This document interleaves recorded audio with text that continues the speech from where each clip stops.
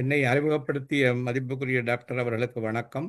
இங்கே வந்து கலந்து கொண்டு தமிழ்நாட்டிலேருந்து வந்து கலந்து கொண்டிருக்கின்ற பேராசிரியர் ரங்கராமலிங்க அவர்களுக்கு வணக்கம். இங்கே நான் அடிக்கடி சந்திக்கின்ற என்னுடைய இலக்கிய தோழர்கள் அனைவருக்கும் வணக்கம். தமிழியல் ஆய்வு வளர்ச்சிக்கு இதழ்களின் பங்களிப்பு என்ற தலைப்பிலே இந்த கட்டுரை இங்கே வாசிக்கப்படுகிறது. நான் கடந்த சில ஆண்டுகளாக தமிழியல் ஆய்வின் வரலாறும் வளர்ச்சியும் பற்றி விரிவாக ஆராய்ந்து வந்துள்ளேன். இங்கே கனடாவில் வெளிவருகின்ற தாய்வேடு இதழிலே தொடராக 40 கட்டுரைகள் நான் எழுதியிருந்தேன். அந்த கட்டுரைகள் எழுதுவதற்கான பல தரவுகளை தந்ததில் இங்கே வந்திருக்கிற பேராசிரியர் ராமலிங்கம் ஐயா அவர்களுடைய உதவியும் கூட எல்லாருடைய தொகைகளையும் பெற்று தரவுகளை திரட்டி எழுதினேன்.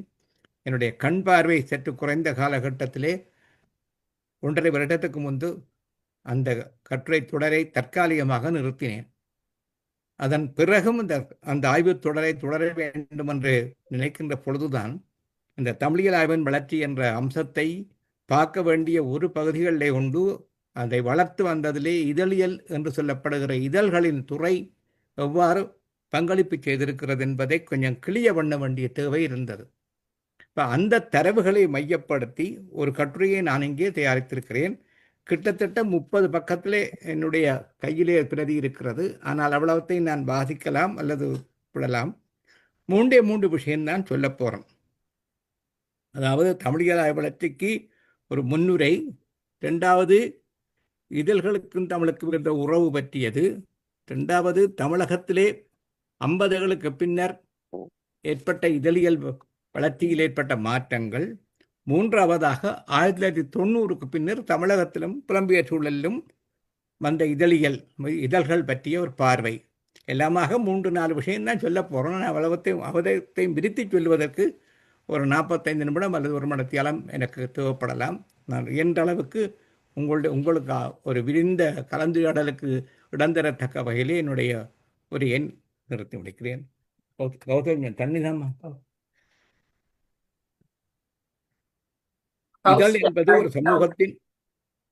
இதழ் என்பது ஒரு சமூகத்தின் பண்பாட்டை இயக்கும் நோக்கிலான செயல் திட்டத்தின் வெளிப்பாடாகும்.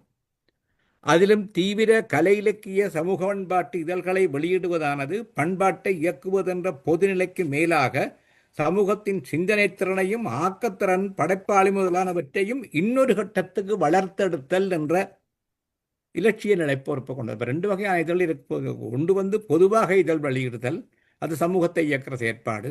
ஆனால் அந்த சிந்தனை திறனையும் ஆக்கத்திறனையும் வளர்க்கணும் என்றால் சிறப்பான தளத்தில் அந்த இதழை வெளியிட வேணும். அப்படி அந்த வகையில் இதழை வெளியிடுதல் என்ற இலட்சி பெறும் பொறுப்பினர் சார்ந்த செயற்பாடாகும்.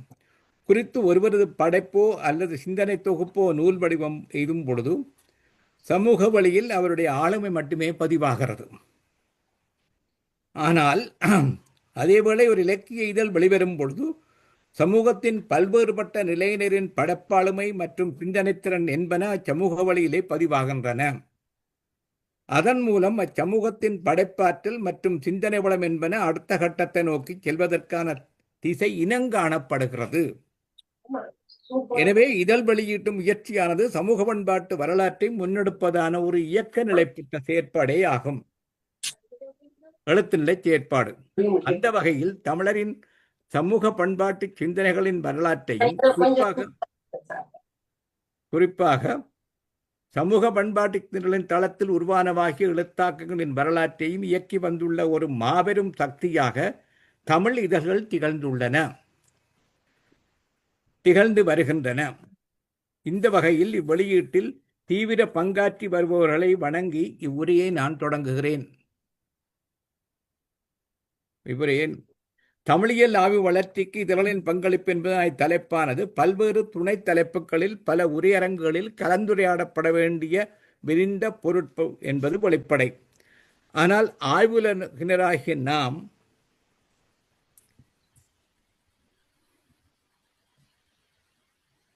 இன்று செலுத்த வேண்டிய முக்கிய ஆய்வு பரப்பாகவும் இது திகழ்கிறது என்பதால் இந்த இவ்விடயம் நமக்கு பேசுபொருளாகி உள்ளது.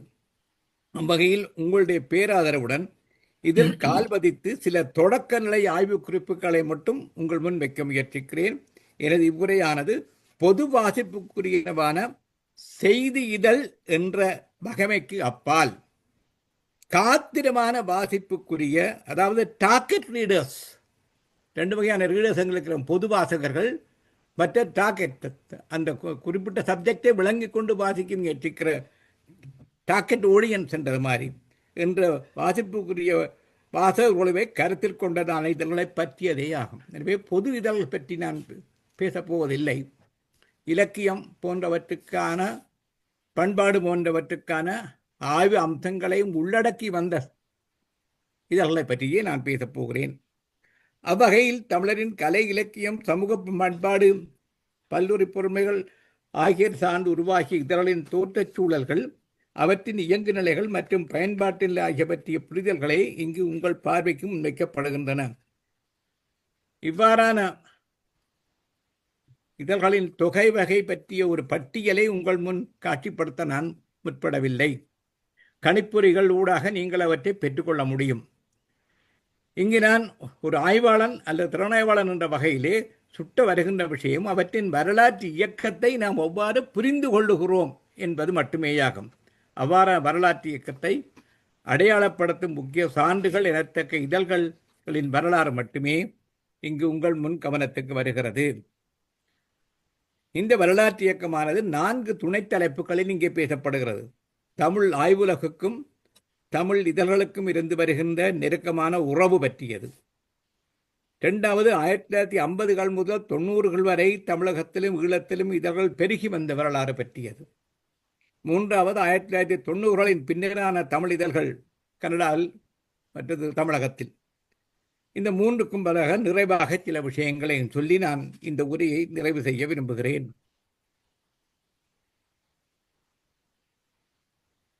தமிழ் ஆய்வுலகுக்கும் தமிழ் இதழ்களுக்கும் இருந்து வருகின்ற நெருக்கமான உறவு பற்றிய குறிப்புகள். குறிப்பாக மணிக்கொடி காலம் என சொல்லப்படுகின்ற 30-40கள் வரையான கால வரலாற்று பார்வை இங்கே முன்வைக்கப்படுகிறது. இவ்வகையில் முதலாவதாக இங்கு கவனத்துக்கு வரும் விடயம், இவை இரண்டும், அதாவது தமிழ் இயல் என்று சொல்லப்படுகிற ஆய்வு முயற்சியும் தமிழ் இதழ் என்று சொல்லப்படுகின்ற இதழ் வெளியீட்டு செயற்பாடுகளும் உள்ள தொடர்பு என்ன என்பது பற்றியது. முக்கியமான விஷயம், தமிழ் நவீனமயப்படத் தொடங்கிய காலகட்டத்தின் பிரசவங்கள் இவை. நவீன ஆராய்ச்சி, முந்தைய ஆராய்ச்சி எங்களுக்கு தொல்காப்பிய காலத்தில் இருந்தே, திருக்குறள் காலத்திலேருந்தே ஆய்வு இருக்கிறது, ஆராய்ச்சி இருக்கிறது. பின் உரையாசிரியர்கள் வரை நாங்கள் ஒரு வகையில் ஆய்வாளர்களாகவும் திறனாய்வாளர்களாகவும் பார்க்கிறோம். ஆனால் இன்றைக்கு நாங்கள் ஆய்வு என்று சொல்லப்படுற விஷயம் மேலே புல கல்வியூடாக பல்கலைக்கழகங்கள் போன்றவற்றிலே ஆராய்ச்சி நடந்து வருகின்ற உயர்மட்ட ஆய்வுகளை மையப்படுத்தித்தான் இந்த ஆய்வை நான் பேசுகிறேன். இந்த ஆய்வில் 19ஆம் நூற்றாண்டில் மேலேப்புல கல்வி முறைமைகளால் நிகழ்ந்த சமூக மாற்றங்கள் மற்றும் சிந்தனைகள் ஆகியனவே இந்த நான் சொல்ற புதிய வகை ஆய்வுகளுக்கும் இதழ்களுக்கும் பின்புலமாக இருந்தன. கிட்டத்தட்ட 2 முறை காலம்தான். முக்கியமாக அச்சு வடிவத்தில், ஈட்டு வடிவத்தில் இந்த இலக்கியங்கள் அச்சகர துவங்கினது காலகட்டம். மற்றது மேலத்திய கல்விகளுக்கூடாக தமிழ் ஆராய்ச்சி தொடங்கின காலகட்டம். அதே காலகட்டத்தில் தான் இதழ்களும் துவங்குகின்றன. ஏடுகளாக இலக்கியம் மறந்த காலத்திலே இதழியல் என்ற ஒரு அம்சம், இதழன் வெளியீடு என்ற ஒரு அம்சம் உருவாக்கப்பட்டும் இருக்கவில்லை. எனவே 2ம் ஒன்றாகத்தான் வருகின்றன. ஆய்வு என்பது சமூக பண்பாட்டு சூழல்கள் மற்றும் அறிவியல் தொழில்நுட்ப முறைமைகள் முதலியன சார்ந்த தேடல்களாக திகழ்வனவாகும். அவற்றை தொகை வகை செய்து நோக்குதல் தான் ஆய்வினுடைய முக்கிய பண்பு. இவை ஒரு கல்வியாளர் சூழலின் செயற்பாடுகளாக அமைகிறது. தமிழியல் ஆய்வினுடைய அம்சம். தமிழில் இந்த இதழ் வெளியீடானது சனநாயக நிலை சார்ந்த ஒரு மக்கள் தொடர்பு செயற்பாடாகும். அரசு, ஆட்சி முறை, சமூக இயங்குநிலை, பொருளியல், சட்டம், நீதி, சமயம், கலை, இலக்கியம் மற்றும் அறிவியல் தொழில்நுட்பம் முதலான பல்வேறு விடயங்களையும் ஒன்றையோ அல்ல சிலவற்றையோ அல்ல அனைத்தையுமோ சராசரி மனிதர்களுக்கு சமூகத்தின் வாசிப்புக்கு இட்டுச் செல்வது என்பதுதான் இதழ் வெளியீட்டின் குறிக்கோளாகும். ஒன்று ஆய்வு, ஒன்று இதழ் வெளியீடு. இலக்கியம், இலக்கணம், தத்துவம் முதலான பண்டைய எழுத்துக்கள் ஏடுகளில் வாழ்ந்த காலத்தில் அவைசார் சிந்தனைகள் சமுதாயத்தின் உயர்ந்தோர் குழாம் என்ற கணிப்பை பெற்றிருந்த ஒரு சிறிய குழுவினரின் வட்டத்துக்குள் மட்டுமே இயங்கிக் கொண்டிருந்தன. இது பண்டைய காலம். உலகம் என்பது உயர்ந்தோர் மாட்டே என்று சொல்லுகின்றது தொல்காப்பியம். கம்பன் தண்டை கவிதையை பற்றி சொல்லும்போது சொல்வான், அவையடக்கத்தில் முத்தமிழ் துறையின் முறை போகிய உத்தம கவிஞர் கொண்டுரைப்பன் யான் என்றவன். யான் அவனுடைய வாசகர் யார், டாக்கெட் ஆடியன்ஸ் யார் என்று சொன்னால் முத்தமிழ் துறையின் முறை போகிய உத்தம கவிஞர். எனவே அந்த சமூகம் இது கொண்டிருக்கிறது, அவர்களுக்கு வாசிக்கிறார்கள், அவருக்கு இது விளங்கப்படுத்த வேண்டிய விஷயம் என்று சொல்ற சிந்தனையே இல்லாத ஒரு காலகட்டம். இதுதான் அந்த வீடுகளில் வாழ்ந்த காலகட்ட வரலாற்று. இதில் இதழ்கள் என்ற ஒரு சிந்தனைக்கு இடமில்லாமல் இருந்தது. இங்கு நாம் நோக்கும் இந்த இதழ் வெளியீடானது அச்சு ஊடகத்தின் வரவு மற்றும் சுதந்திரம், சமத்துவம், சகோதரத்துவம் ஆகிய சிந்தனைகளில் வளர்ந்த கால சமூக சூழலின் ஒரு பெறுபேறாகவே இதழ் வெளியீடு வருகிறது. நவீன தமிழ் ஆய்வியலின் வரலாறானது 19ஆம் நூற்றாண்டின் நடுப்பகுதியிலிருந்தே தொடங்கியது. 20ஆம் நூற்றாண்டின் நடுப்பகுதியில் அது உலகு தழுவிய ஆய்வாக 1950க்கு பிறகு தன்னாயடிகள் போன்றவர்கள் அந்த காலகட்டத்திலே அது தமிழ்நாடு என்று அல்லது இலங்கை என்ற எல்லைக்கு அப்பாலே அனைத்துலக தமிழும் இணைந்த ஆய்வாக IATR என்று சொல்லப்படுற முறையில் ஆய்வாக அது விரிவும் பெற்றது, ஆழமும் பெற்றது. இது பொதுவாக தாய் வீட்டிலே நான் எழுதின கட்டுரையிலே விரிவாக கூறியிருக்கிறேன்.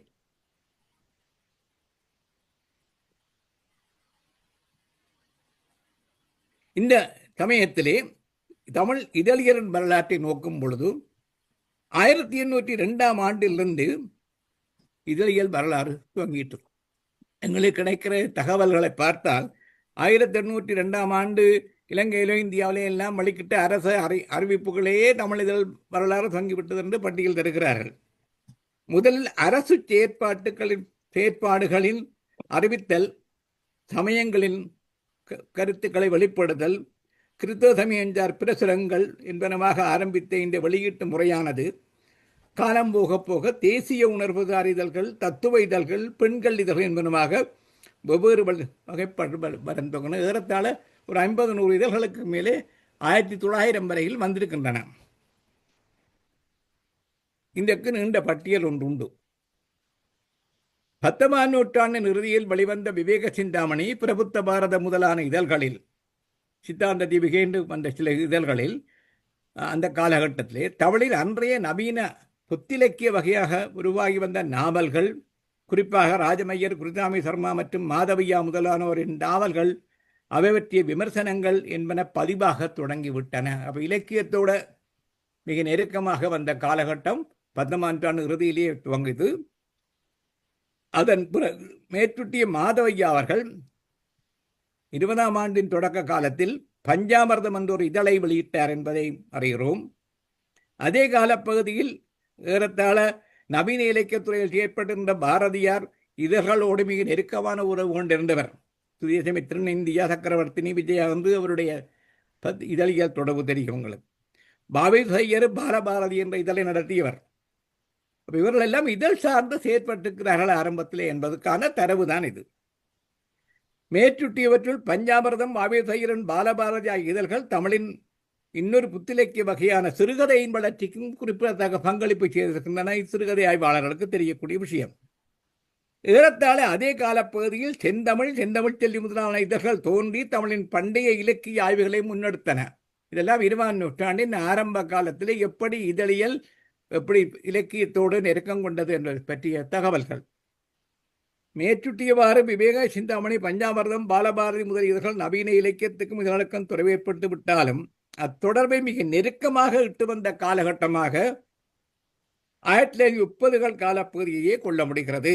குறிப்பாக அக்காலப்பகுதி உருவான மணிக்கொடி இதழுடனேயே இந்த நெருக்கம் தொடங்கியது என்பதே தமிழ் இதழியல் வரலாறு நமக்கு உணர்த்தும் செய்தியாகும்.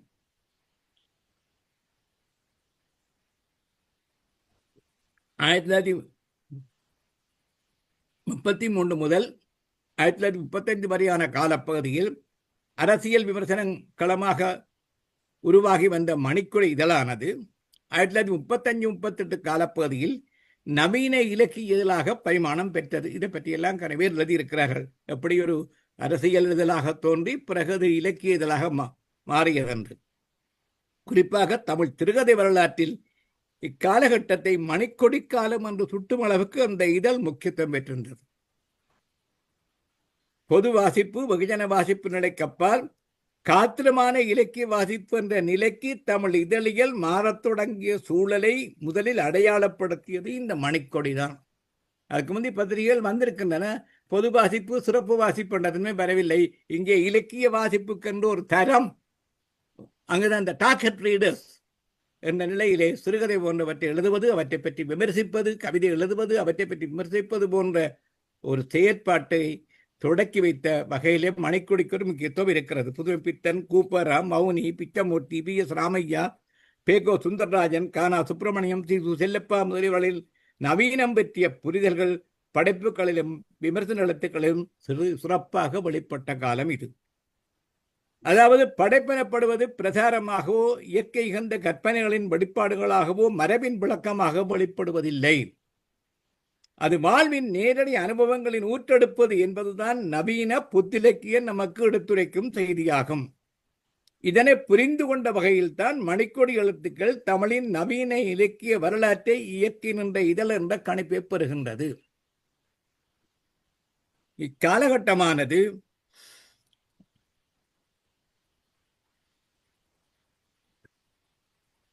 அடுத்த மணிக்கொடி காலகட்டத்தினுடைய முக்கியத்துவம் பற்றி நான் சொல்லிவிட்டேன். அடுத்த கட்டத்துக்கு 1950களின் இறுதி முதல் 1990களின் நடுப்பகுதி வரை அறவரலாற்று இயக்கம் பற்றியது.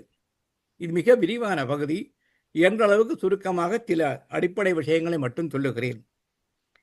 இக்காலகட்டமானது தமிழ் இதழ் வெளியீடு பல்கி பெருகிய காலகட்டம். குறிப்பாக சிற்றிதழ் என்று அடையாளப்படுத்தப்படும் இதழின் பெருக்கம் காலகட்டமாக இது காணப்படுகிறது. இவற்றுடன் இடைத்தர இதழ்கள் என்ற வகைசார் இதழ்களும் குறிப்பிடத்தக்க தொகையில் இக்காலத்தில் வெளிவந்தன. 1950களின் இறுதியில் தோன்றிய எழுத்து, அது 1959 71 வரையும் வந்தது.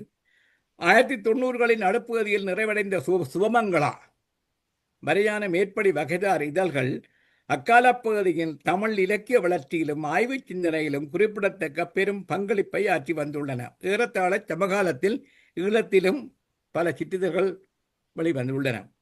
இவ்வாறான இதழின் பெருக்கம், இவற்றின் தோற்ற பின்புலங்கள், இவை தமிழில் வரலாற்றை பிரதிபலித்துள்ள முறைமை, தமிழ் வரலாற்று இயக்கத்தை பிரதிபலித்துள்ள முறைமை, இயக்கின்ற முறைமை ஆகியன இங்கே உங்கள் கவனத்துக்கு வரப்படுகின்றன. சிற்றிதழ் என்பது இடைத்தர இதழ் ஆகியவற்றை ஒரு பொது குறிப்பு. சிற்றிதழ் என்பது பக்க அளவில் அது வாசகர் வட்ட அளவில் சிறிய இதழ் அல்ல. திருத்தலை சொல்றார்கள், ஒரு சின்ன 10 பக்கத்தில் போடுறது, அல்லது ஒரு சின்ன 50 பேர் 100 பேர் வாசிக்கிறதுக்காக போடுறது, ஒரு குழுவினுடைய செயற்பாடு என்ற வகையான வரவிலக்கணங்கள் பல சொல்லப்பட்டிருக்கின்றன. அப்படி அல்ல. அதெல்லாம் வெளிப்படையாக தெரிகிற விடயங்கள் ஆய்ந்தாலும் சிற்றிதழ் என்பது இதழ் அகல, மாறாக குறித்த ஒரு சிந்தனை குழுவின் வெளிப்பாடு ஆகும். சிற்றிதழ் என்பது குறித்த ஒரு சிந்தனை குழுவின் வெளிப்பாடாகும். குறிப்பாக வணிக இதழ்கள் மற்றும் வலுவான நிறுவன சார்பிலான இதழ்கள், அதாவது சொல்லப்போன விகடன், கல்கி, கலைமைகள், குமுதம் கட்டமைத்து வந்த சமூக பிம்பங்களை ஏற்றுக்கொள்ளாமல் சமூகத்தின் அடித்தளத்திலிருந்து வேறு வேறு புதிய கருத்துக்களை உருவாக்குவதற்கு இணைந்து செயற்பட்ட செயற்பாடுகளுக்கூடாகத்தான் சிற்றிதழ் மரபு உருவானது. இப்போ கல்கி, விகடன், கலைமைகள் போன்றவை, இல்லை நாவல், சிறுகதை, கவிதை போன்றவை ஒரு சமூக மட்டத்தினுடைய பிம்பத்தை காட்டும், சுவாரஸ்யத்தை காட்டும். ஆனால் சாதாரணமான கிராம மட்டத்தில் உருவாகி வந்த புதிய எழுத்தாளருக்கோ சிந்தனையாளருக்கோ தன்னுடைய அனுபவத்தை வெளியிடுவதற்கு அதற்கான வாய்ப்புகள் கிடைப்பதில்லை. ஆனால் அவர்கள் தாங்களாகவே அதை வெளிப்படுத்த முயற்சிக்கிறார்கள். அப்ப இது ஒரு பிரதான சமூக இயங்கு நிலை.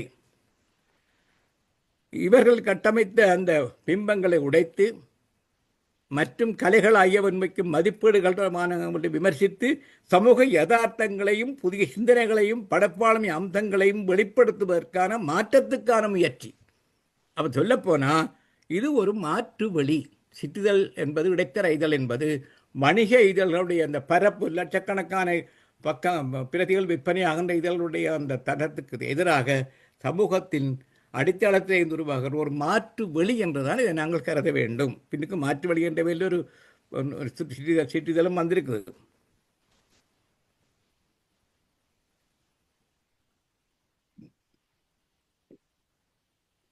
1950களின் நடுப்பகுதி வரையான தமிழ் சிற்றிதழ் பற்றிய புரிதலே இங்கு கவனத்துக்குரியது.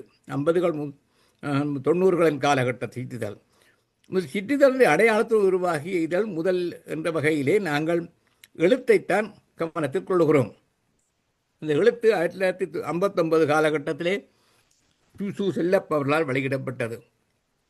இலக்கிய விமர்சனம், இலக்கிய பிரச்சனைகள் தொடர்பான சிந்தனைகளை வளர்த்தல் மற்றும் புத்தாக்க முயற்சிகளுக்கு வாய்ப்படுத்தல் என்பதுதான் அதன் குறிக்கோளாக இருந்தன.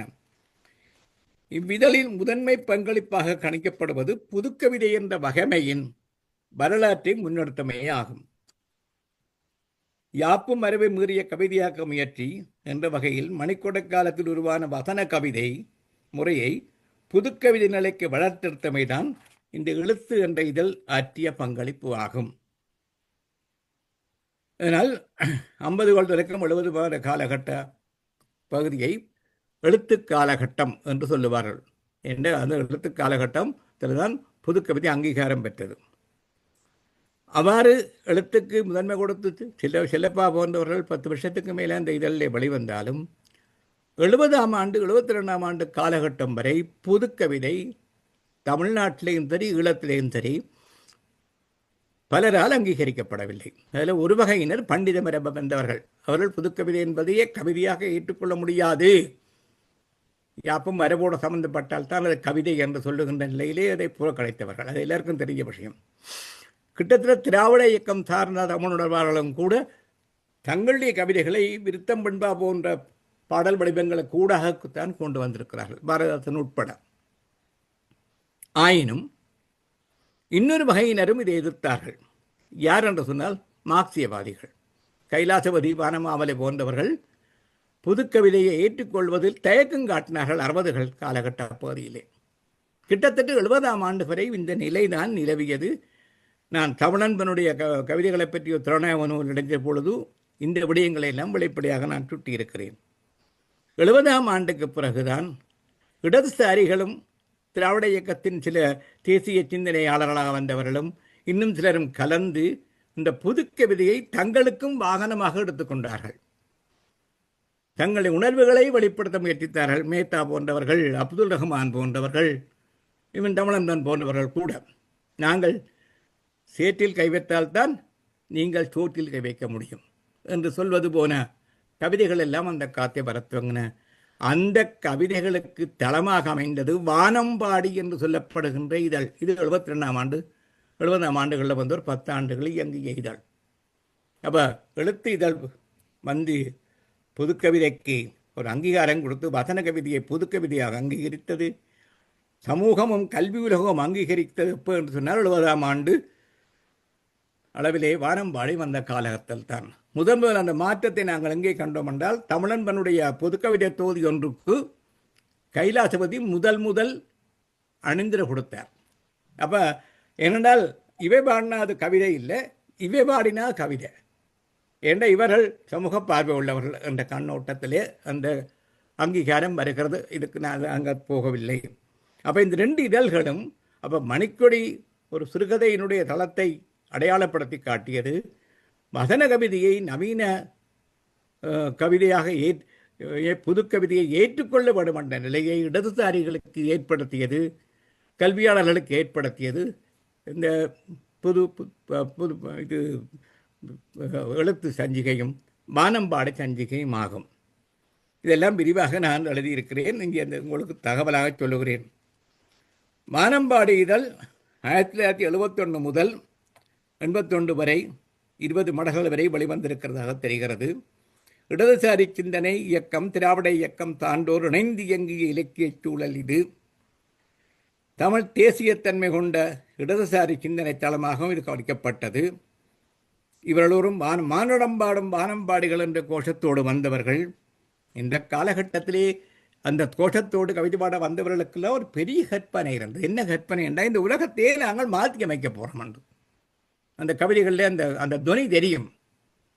ஏன்னா அந்த 67-68 காலகட்டத்திலே உங்களுக்கு தெரியும், தமிழக இல்லை இந்திய சர்வதேச வரலாற்றிலேயே இடதுசாரி சிந்தனைகள் பெருவெற்றி அடையப் போகின்றது என்ற மாதிரி சிந்தனை ஓடியது. இந்தியாவிலேயே நக்சல்பாரி இயக்கம் என்று சொல்கிற இயக்கம் முனைப்புற்று வங்காளம் போன்ற பகுதிகளிலே பெரிய போராட்டங்களை நடத்திய காலம்.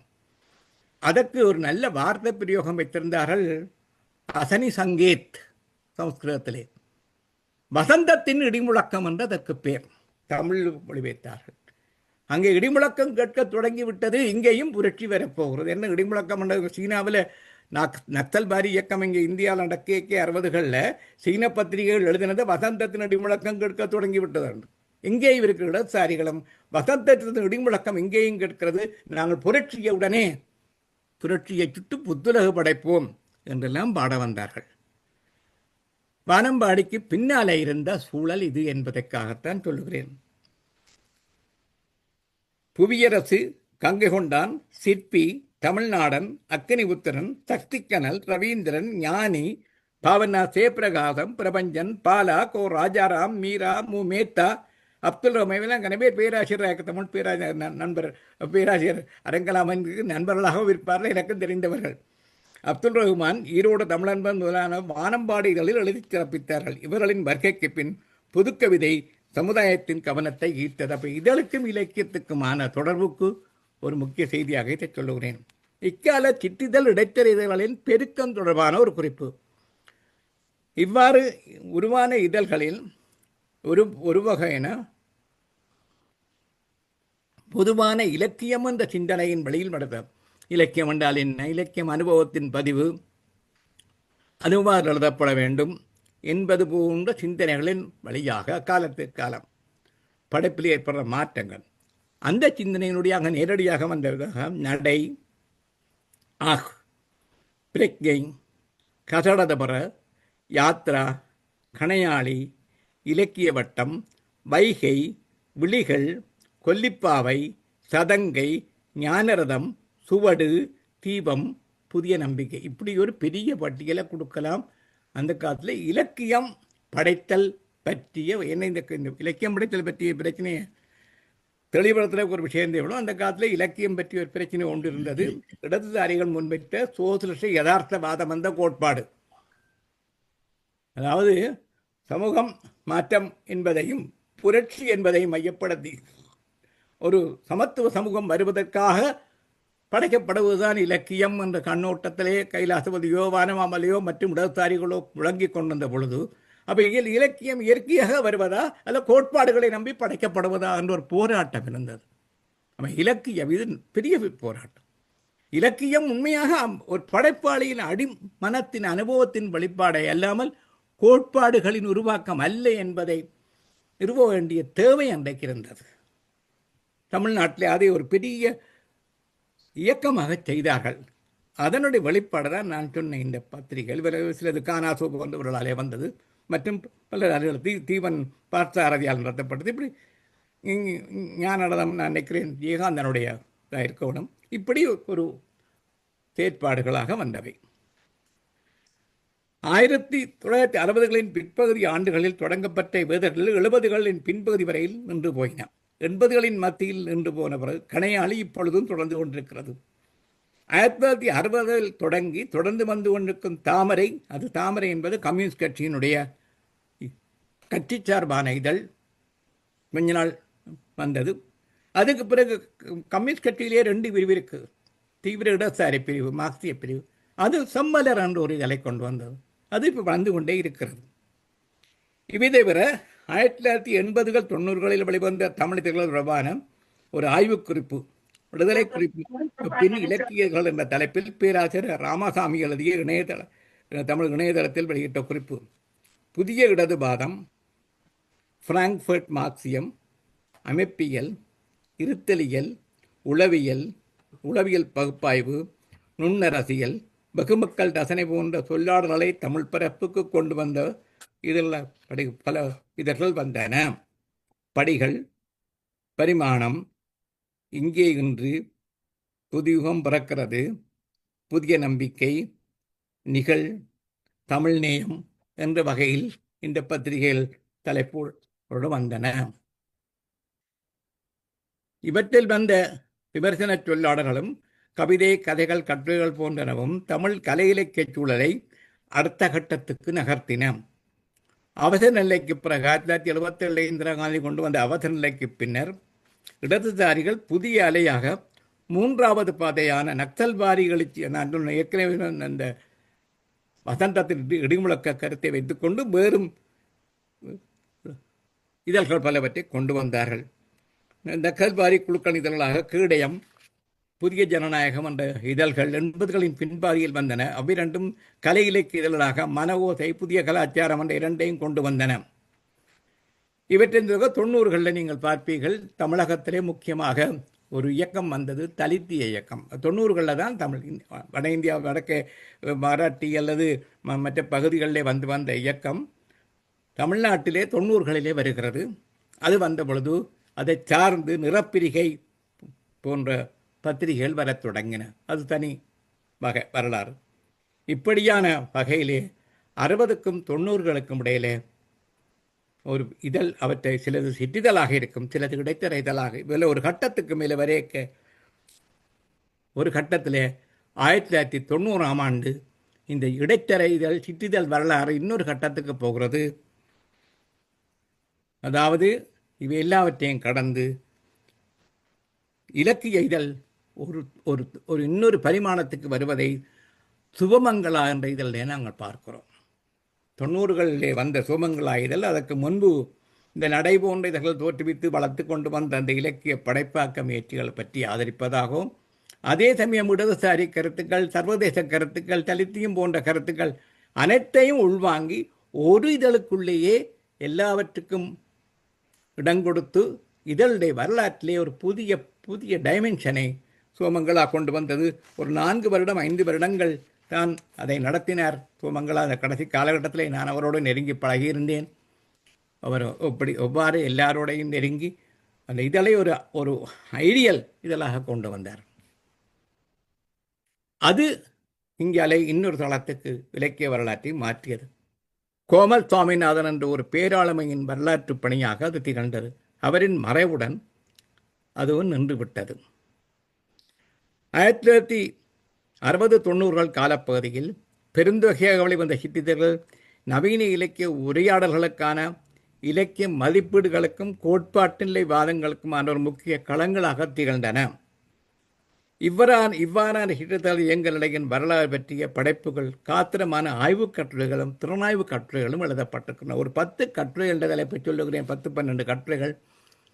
இதை பற்றி விரிவாக வாசிப்பதற்குரியது.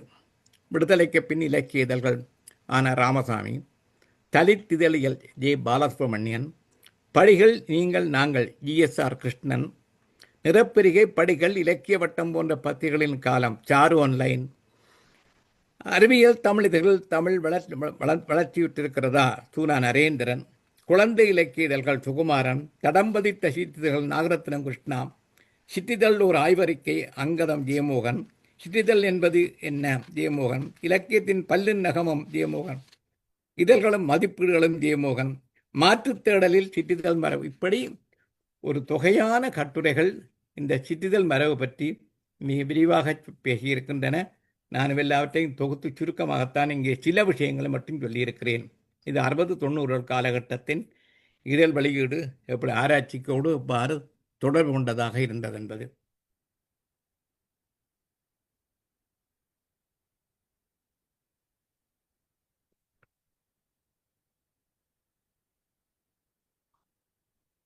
ஆய்விதழ்களாக இந்த காலத்திலே வந்தவற்றை பற்றி ஒரு குறிப்பும் சொல்ல வேண்டும். இந்த 60-90 காலத்திலே தமிழில் ஆய்வியல் 50-60களில் நிகழ்ந்த ஒரு மாற்றம் தொடர்பாக ஏற்கனவே சொல்லியிருக்கிறோம். அதாவது தன்னாயர்கள் போன்றவர்கள், மற்றவர்கள் போன்றவர்கள் அந்த உலகமயமாக்குதல், அதே சமயத்தில் மார்க்சியம் போன்ற கருத்துக்கள், சமூகவியல் போன்ற சிந்தனைகள் ஆய்வுலகத்திலே வந்ததை சொல்லியிருக்கிறோம். தன்னாயகடிகளால் தொடக்கி வைத்த தமிழ் கிளிட்டர் என்ற உலகத்தரமான ஆங்கில ஆய்வுதல் பிறகு தமிழிலும் வெளியிடப்பட்டது உலகத்தமிழராட்சி நிறுவனத்திலே. அது தமிழிலும் வெளிவந்தது.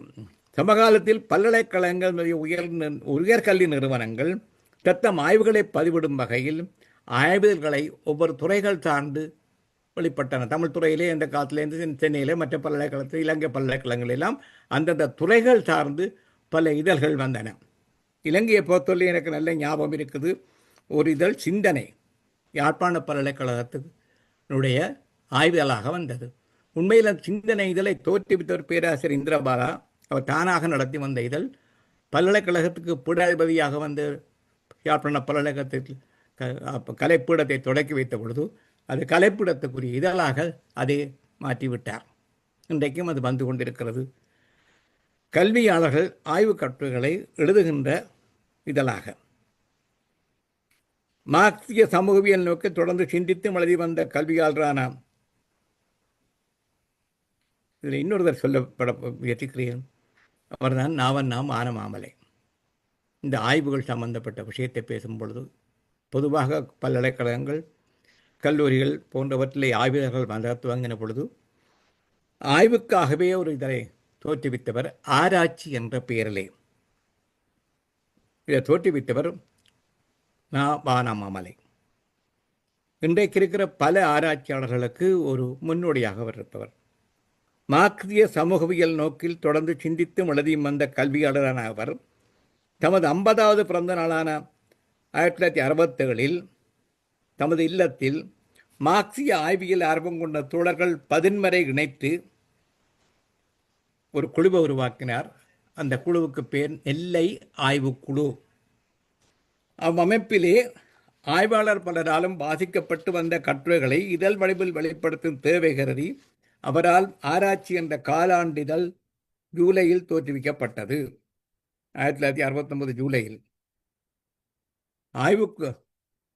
நெல்லை ஆய்வுக்குழு என்ற மேற்படி அமைப்பானது 1979 வரை அவர் நிறைவு செய்வதற்கு முதல் ஆண்டு வரை தொடர்ந்து இயங்கி பல ஆராய்ச்சி இதழ்களை கொண்டு வந்தது.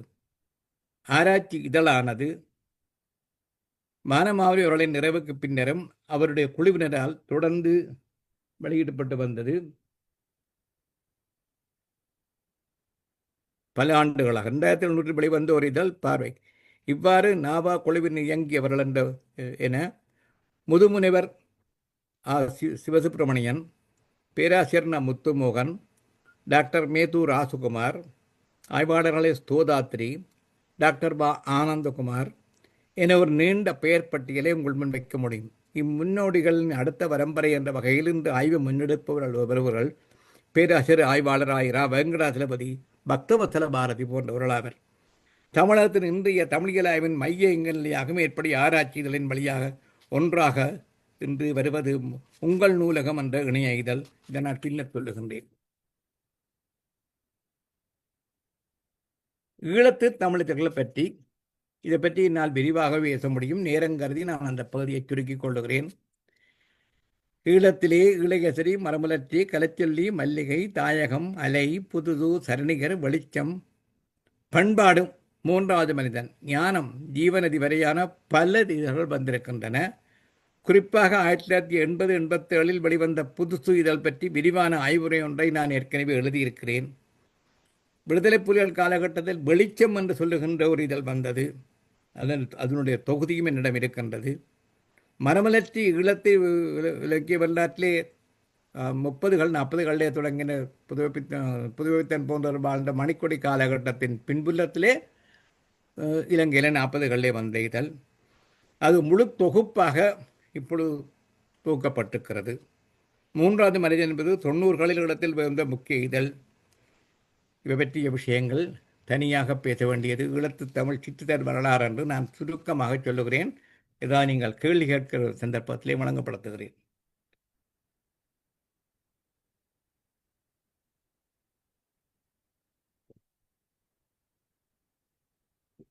இன்னும் ஒரு 10 இல்லை 15 நிமிடங்களுக்குள்ளே நான் 3வது பகுதியை வாசித்து உங்களுடைய உரையாடலுக்கு நான் வாய்ப்பளிக்க முயற்சிக்கிறேன். 1990களின் பின்னரான தமிழ் இதழ்களின் வரலாறு. தமிழ் இதழ்களின் இயங்குநிலை வரலாற்றே 90களிலிருந்து தொடரும் காலகட்டத்தில் முக்கிய மாற்றங்கள் சில நிகழ்ந்தன.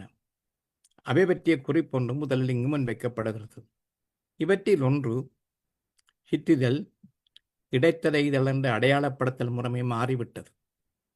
இலக்கிய இதழ், ஆய்விதழ், அறிவியல் இதழ் முதலான வகைகளிலான பொது அடையாளங்களுக்குள் இவ்வெளியீடுகள் பலவும் கவனத்தை பெறத் தொடங்கின.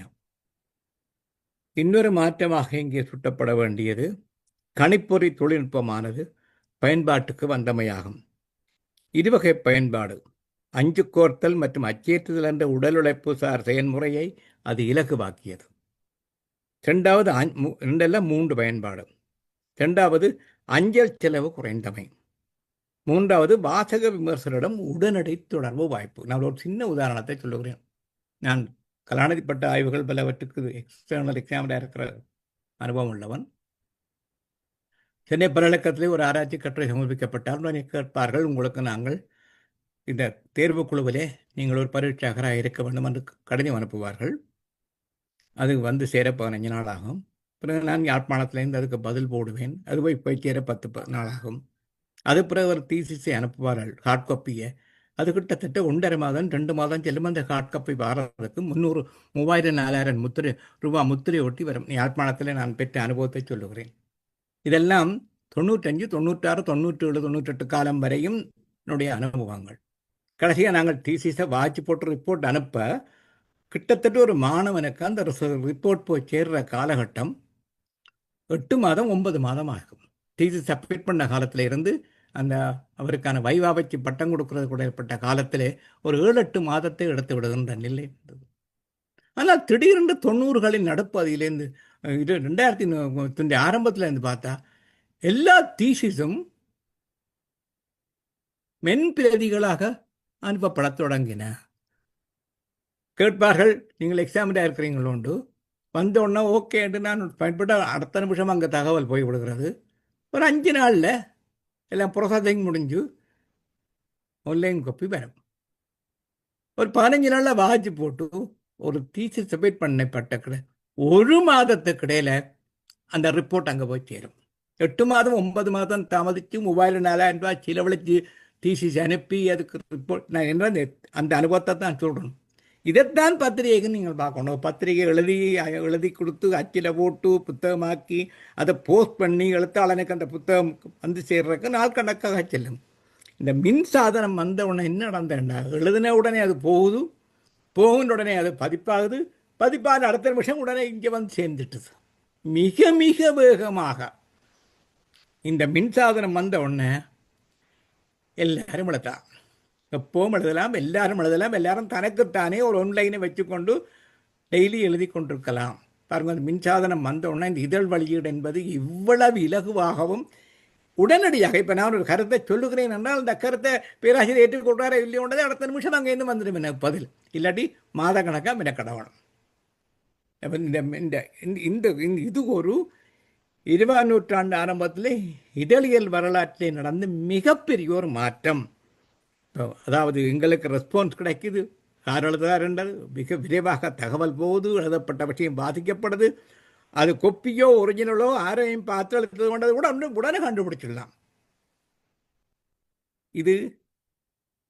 இந்த நிலை ஒரு பெரிய மாறுதல். ஒவ்வொருவருமே இணையதளங்கள் நடத்தலாம். எனவே நான் இந்த 20ஆம் நூற்றாண்டில் 2000 ஆண்டில் எத்தனை இதழ் வந்திருக்கின்ற கணக்கெடுத்து உங்களுக்கு சொல்ல இல்லாது. என்ன எல்லார்கிட்ட வீட்டையும் ஒரு இணைய இதழ் இருக்கும். தாங்கள் சில பேர்த்தையே வாசிப்போம், அவ்வளவுதான்.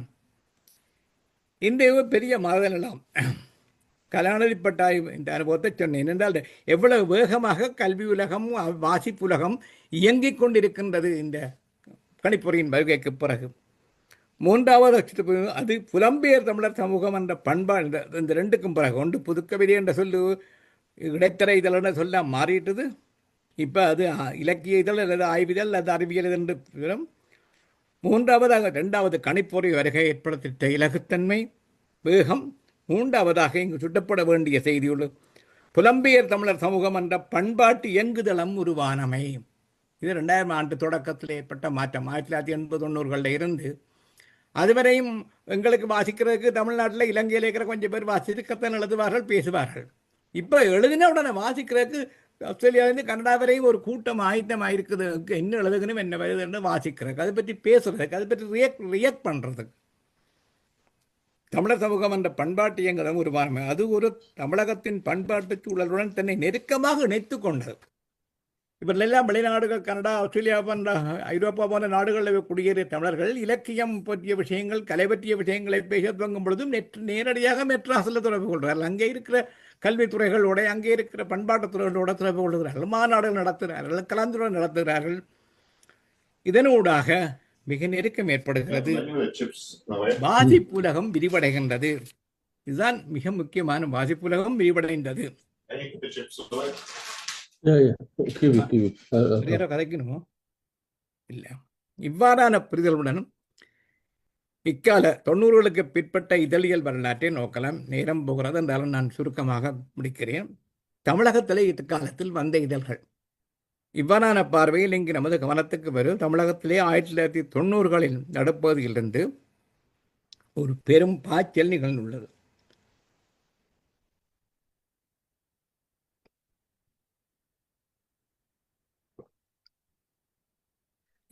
என்பதாகும். மேலே சுட்டிய கணிப்புற சாதனத்தின் வரவால் இதழ்களின் தொகை பல நூறு எண்ணிக்கைகளில் விரிவு பெற்றது. இவை பற்றி பெருந்தொகையான கணக்கெடுப்புகளும் நடந்திருக்கின்றன.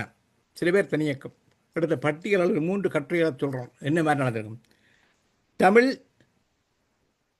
இணைய சிற்றிதழ்கள் விக்கிபீடியாவில் ஒரு பெரிய கட்டுரை தொகுப்பு, தகவல் தொகுப்பு வந்திருக்கிறது. இதா நாகராஜன் என்றவர் தமிழ் இணைய இதழில் தோற்றம் வளர்ச்சியும் என்ற ஒரு பெரிய கட்டுரை இருக்கிறார் பதிவுகள்.comல. முதல் இந்திய மொழிகளில் தமிழ் தான் இணைய இதழில் வெளியிட துவங்கினது என்று 1986 என்று ஒரு தகவலை அவர் தந்திருக்கிறார். முதல்ல இணையத்துக்குள்ளே போன இந்திய மொழி தமிழ் மொழி என்று. ஒரு நூற்றுக்கணக்கான இதழ்களை எல்லாம் பட்டியல் போட்டு காட்டியிருக்கிறார். இணையத்தின் தமிழ் இணைய இதழ், வலைப்பு, மின்னூல் மற்றும் சமூக வலைத்தளம் பற்றிய ஒரு பார்வை என்று இங்கே கனடாவில் இருக்கிற வானான கிரிதரன் பதிவுகள்.comலே ஒரு கட்டுரையை விரிவாக எழுதியிருக்கின்றார். இது மட்டுமிட்டாமல் தமிழ்நதி, விம்பலாதி மாமல்லன் போன்றவர்கள் காலச்சுவடுகளே புலம்பெயர் இலக்கியம் பற்றியும் இணைய இதழ்கள் பற்றியும் புலம்பெயர் சூழலில் இணையத்தின் பயன்பாடுகள் பற்றி விரிவாக எழுதியிருக்கிறார்கள். இது பற்றி நான் தனித்தனியே பிரித்து சொல்லவில்லை. இங்கு குறிப்பாக இணைய இதழ் என்ற வகையில் அல்லாமல் புத்தகமானது வாசிக்கிற இதழ்களாக அந்த இதழ்களை எவை என்பதும் அதோடு சேர்த்து 2-3 சிறுகதைகளை பற்றியுமான குறிப்புகளை மட்டும் நான் வைக்கிறேன். இங்கு குறிப்பாக எனது பார்வைக்குட்பட்ட வாசிப்புக்குரிய முக்கிய இதழாக ஏறத்தாழ நான் 40 இதழ்களை இங்கே சொல்ல முயற்சிக்கிறேன். ஏறத்தாழ அகம்புறம், அக்ஷரம், அணங்கு எல்லாம் அகரவரிசையில் சொல்லணும். ஆரண்யம், இந்தியா டுடே, உயிரெழுத்து, உயிர்மை, உன்னதம், கணையாளி, கல்குதிரை, காட்சிய சிறுநிலை, காலக்குறி, காலச்சுவடு, தமிழ், காவியா தமிழ், குதிரை வீரன் பயணம், குரளி, சுவடுகள், தடம், தமிழினி, திசையட்டும், தீராநதி, நற்றிணை, பன்முகம், பனிக்குடம், புத்தகம் புதிது, புனைகளம், புதுவிசை, மணற்கேணி, மந்திரச்செமிழ், மாற்றுவழி, லயம், வல்லினம், வள்ளுவம், வனம், வித்தியாசம். எல்லாமே ஏறத்தாழ 40. இணைய இதழ்களில் உங்கள் நூலகம், சொல்வனம், சாரு ஆன்லைன், மோகனின் இவ்வளவும் நான் தொடர்ந்து வாசிக்கிறது. இப்போ இவ்வளவு சொல்லப்பட்ட இவ்வளவு இதழ்களும் என்னிட இருக்குது. நான் தமிழகத்தில் இருக்கும் பொழுது உடனுடனே பெற்று வாசித்தது. சிலது வந்தது, சில வந்து கொண்டிருப்பது, சில நின்றது. இவற்றுட்பல சில காலம் வெளிவந்து நின்று விட்டன. பல இதழ்கள் தொடர்ந்து வெளிவந்து கொண்டிருக்கின்றன. இவற்றின் பிரதிகள் எனது சேமிப்பிலும் உள்ளன. இவற்றிலே கணையாளி, காலச்சுவடு என்பன முன்னிருந்தே தொடர்பன. நிர்வாக மாற்றங்களோட இப்போ தஞ்சை பல்கலைக்கழகத்துக்கு துணைவேந்தராக இருந்தவன் ராஜேந்திரன் தான் இப்போ அது ஆசிரியராக நடத்தி கொண்டிருக்கிறார் கணையாளியை. இவற்றுள் காலச்சுவடு உள்ளடக்கத்தில் கனதிமிக்கது. அது இலக்கியம், ஆராய்ச்சி போன்றவற்றை கட்டுரைகளை வெளியிடுவது மட்டுமல்லாமல், கதைகளை வெளியிடுவது மட்டுமல்லாமல், அந்தந்த நேரத்தில் சமுதாயத்தின் சூடான பிரச்சனைகளை எடுத்து அது பற்றிய ஆய்வறிக்கைகளை, கட்டுரைகளை எழுதி வெளியிடுகிற முக்கியம் தன்மை கொண்டு. இந்த முறையெல்லாம் கடைசியாக வந்த காலங்களில் அந்த இசைத்துறையில் ஒரு முக்கியமான பிரச்சனை திருவாளர் TM கிருஷ்ணாவுக்கு சங்கீத கலாநிதி பட்டம் கொடுத்தது. அது சம்பந்தமாக அந்த ஏற்பட்ட அந்த சூழலை பற்றி ஒரு கட்டுரை வந்திருக்கிறது. அந்த அது தெரியவனும் காலச்சுவட்டில் இன்னொன்று விஷயம், அது சர்வதேச நிலையில் தன்னோட துறை வச்சிருக்கிறது. அதனுடைய ஆய்வுக்குள்ளுக்குள்ளே ஆலோசனை குழுக்குள்ளே எங்களுடைய பேராஜர் சேரன் இருக்கிறார். இங்கே இருக்கிற பவுசர் இருக்கிறார், லண்டனில் இருக்கிற பவுடர் முந்தி பத்மாதையர் இருந்தவர். அப்போ அது ஒரு காலச்சூழல் அளவுக்கு அனைத்துலகையும் தழுவி போகிற இதழாக இன்றைக்கு மாதம் மாதம் வந்திருக்கிறது. மிக கனதியான ஒரு இதழ். இந்தியா டுடே இதழானது நான் இந்தியாவில் இருந்த காலத்தில் 90களின் கடைசியிலே வந்தது. அது அனைத்திந்திய மொழிகளிலேயும் இயங்கிக் கொண்ட இந்தியாவில் தமிழ்லையும் அது வெளியிட்டார்கள். அதில் நானும் என் பத்திரிகை இதழ்கள் நூல்கள் இலவற்றை பற்றிய விமர்சன குறிப்புகள் எழுதியிருக்கிறேன். அது முக்கியமாக சொல்ல வேண்டிய விஷயம் காசி சம்பந்தப்பட்ட விஷயம். தமிழ்நாட்டில் உள்ள குமுதங்கள், கி விகடன் போன்ற எல்லா பத்திரிகைகளையும் ஒரு கதை எழுதினா சராசரியாக 150, 200, 250, 300, கொஞ்சம் சிறப்பு கதை என்றால் 500 கொடுப்பார்கள். ஒரு காலகட்டத்தில் ஜெயகாந்தனுக்கு 500 தான் கொடுத்து ஜெயகாந்தனை அந்த இன்னொரு தளத்துக்கு கொண்டு வந்தது ஆனந்தி விகடன் என்று நீங்கள் ஆனந்தி விகடனும் குமுதமோ மறந்து போனேன் சார், கேள்விப்பட்டிருப்பீர்கள். விகடன் என்னண்டா இந்தியா டுடேயில் ஒரு கதை எழுதினா அது வந்தால் 1500 ரூபாய் உடனே கொடுப்பார்கள். ஒரு புத்தகம் விமர்சனம் மதிப்பூரி எழுதினா 1.5 பக்கம் 2 பக்கம் 750 ரூபா கொடுப்பார்கள். நான் 2-3 புத்தக விமர்சனம் எழுதி 750 ரூபா காசு வாங்கியிருக்கிறேன் 95 இந்த காலத்தில். ஆனால் மற்ற பத்திரிகையில் எழுதினா 150 ரூபாய் 200 ரூபா. இதை பற்றி கன பேர் பேசிக்கொண்டு வந்த காலகட்டம் 95-96களில். ஆனால் அந்த இதழ் ஒரு நல்ல ஐடியல் இதழாக வந்தது. நல்ல உயர் தாளில் உயர் பெரிய செலவில் பொருட்செலவில். ஆனால் அது நின்று விட்டது. ஏன்னு தெரியல.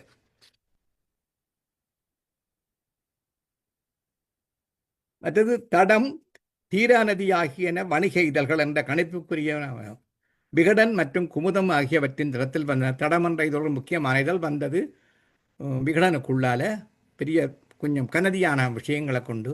ஆனால் கொஞ்ச நாளைக்கு மேலே நிற்க இல்லைன்னா அது வியாபாரம் இல்லாததில் திடீரென்று நின்று விட்டார்கள். ஆனால் தீராநதி என்ற இதழ் ஒன்று வந்து கொண்டிருக்கிறது குமுதத்தில் இருந்து. அப்போ வணிக இதழ் நடத்துகிறவர்களே இந்த சிற்றிதழ்கள் நடத்தி கொண்டு வந்தவர்கள் வந்த இலக்கிய மரபுகளை பின்பற்றி அவையின் ஆர்வங்களை மையப்படுத்தி தனியாக இப்படி தீராநதி போன்ற தடம் போன்ற இதழ்களையும் நடத்த தொடங்கினார்கள் என்பது ஒரு வரலாற்று மாற்றம். திசையெட்டும் என்றொரு இதழை பற்றி குறிப்பிட்டேன். இது மொழிபெயர்ப்புக்காக வருகின்ற இதழ். சர்வதேச மொழிகளிலே வர்ற இலக்கியங்களை தமிழ் சூழலுக்கு அறிமுகம் செய்த இதழ். 2003 முதல் தமிழில் வெளிவந்து கொண்டிருக்கும் மொழிபெயர்ப்புக்கான காலாண்டிதழ் குறிஞ்சிவேல் என்பவரை ஆசிரியராக கொண்ட இதழானது இந்திய மொழிகளிலிருந்தும் உலக மொழிகளிலிருந்தும் கதைகள், கட்டுரைகள், கவிதைகளை மொழிபெயர்த்து தந்து கொண்டிருக்கிறது. புக்கர் இலக்கிய சிறப்பிதழ், ஜப்பானிய இலக்கிய சிறப்பிதழ், சர்வதேச இலக்கிய சிறப்பிதழ், ஸ்பானிஷ் இலக்கிய சிறப்பிதழ் என்று பல சிறப்பிதழ்களை இது வெளியிட்டிருக்கிறது. இவ்விதழ்கள் நிறுவனத்தில் வெளிக்கொண்டது. இவ்வகையில் 2022ஆம் ஆண்டு வரை 74 இதழ்கள் இந்த திசையெட்டும் மண்டன் இதெல்லாம் வந்திருக்குது. இந்த மொழிபெயர்ப்பானது தொல்காப்பிய காலம் முதலே தமிழுக்கு துவங்கிட்டு எங்களுக்கு தெரியும். மொழிபெயர்த்து அதற்பட யாத்தல் என்று தொல்காப்பியரை சொல்லியிருக்கிறார். நவீன இலக்கிய சூழல் சார்ந்த மொழிபெயர்ப்பின்றே முக்கியமான காலகட்டம் 1940களாகும். அப்பொழுது வந்த கலைமைகள் மஞ்சரி ஆகிய இதழ்கள் வங்காளம், மராட்டி மற்றும் ஹிந்தி போன்ற மொழிகளில் இருந்த பல சிறப்பான இலக்கியங்களை தமிழிலே கொடுத்த பெருமை கலைமைகளுக்கும் மஞ்சரிக்கும் உண்டு. அதிலே முக்கியமாக தானா குமாரசுவாமி, தானா சேனாபதி, கா ஸ்ரீஸ்ரீ முக்கியம். கா ஸ்ரீஸ்ரீ என்னங்களை கேள்விப்பட்டிருப்பீர்கள். முக்கியமானவர். மராட்டி நாவல்களை மொழிபெயர்த்தவர். வீச காண்டேகர் என்று சொல்லப்படுற மராட்டி எழுத்தாளர் கா ஸ்ரீஸ்ரீ என்றவருடைய ஊடாகத்தான் தமிழ் சூழல் கருமவனார்கள். மிகச்சிறந்த நாவல்களவை. இந்த வேலைகளெல்லாம் செய்தது கலைமைகள் இதழ். இப்போ கலைமைகள் ஏற்கனவே 40களில் இந்த மொழிபெயர்ப்பு கதைகளை கொண்டு வருவதற்கு முயற்சித்திருக்கிறது. அதை வைத்துக்கொண்டு தான் நாங்கள் இதையும் திசையெட்டும் இதழை பார்க்க வேணும். எப்படி அந்த இது மொழிபெயர்ப்பு மரபு திசையெட்டில் இன்னொரு கட்டத்துக்கு வந்ததுன்றது ஸ்பானிஷ் மொழி இலக்கியத்துக்கும் மற்ற மொழி இலக்கியங்களையும் கூட தமிழுக்கு அறிமுகப்படுத்த இதழாக வந்தது. இது இந்த திசையெட்டும் என்ற இதை பற்றி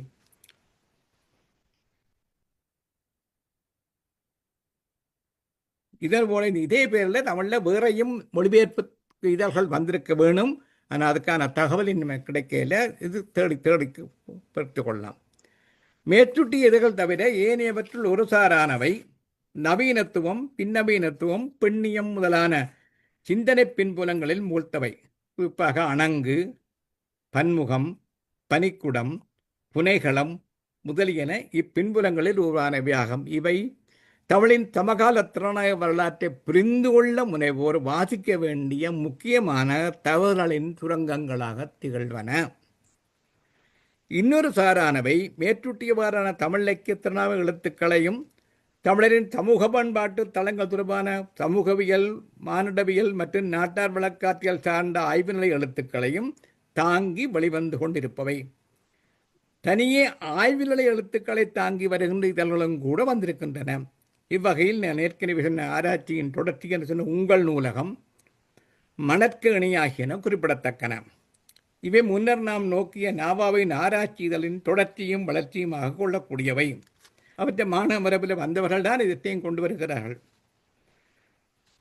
ஸ்டாலின் குணசேகரன் என்பாரை ஆசிரியராக கொண்டதான உங்கள் நூலகம் இதழும், முனைவர் து. ரவிக்குமார் அவர்களை ஆசிரியர் கொண்டதான மணற்கணி இதழும் சமூகவியல், மானுடவியல், நாட்டு வழக்காற்றியல், மொழியியல் மற்றும் கலை இலக்கியம் ஆகிய துறைகள் சார்ந்த ஆழமான ஏறத்தாழ 20 கட்டுரைகள் ஒவ்வொன்றிலையும் வரும். ஒரு மாதத்தில் அல்ல மணற்கணி 2 மாதத்துக்கு ஒருக்கா வாரது. உங்கள் நூலகம் ஒவ்வொரு மாதத்துலேயும் வாரது. ஒவ்வொன்றிலையும் குறைஞ்சது 15லேருந்து 20 கட்டுரை இருக்கும், ஆழமான கட்டுரைகள். உங்கள் நூலகம் இதழின் ஆசிரியர் குழுவில் பேராசிரியராவன் அசுவசப்புமணியன், முனைவர் சுபாஷ் சந்திரபோஸ், முத்துமோகன், ராமசுவாமி, ராமச்சந்திரன், ஆனந்தகுமார், ஸ்டீவன் முதலிய பலர் அங்கம் வகிக்கிறார்கள். உங்கள் நூலகத்தில் வெளிவருகின்ற கட்டுரைகளுடைய தன்மை என்ன என்பதை நான் சொல்லுவேன்.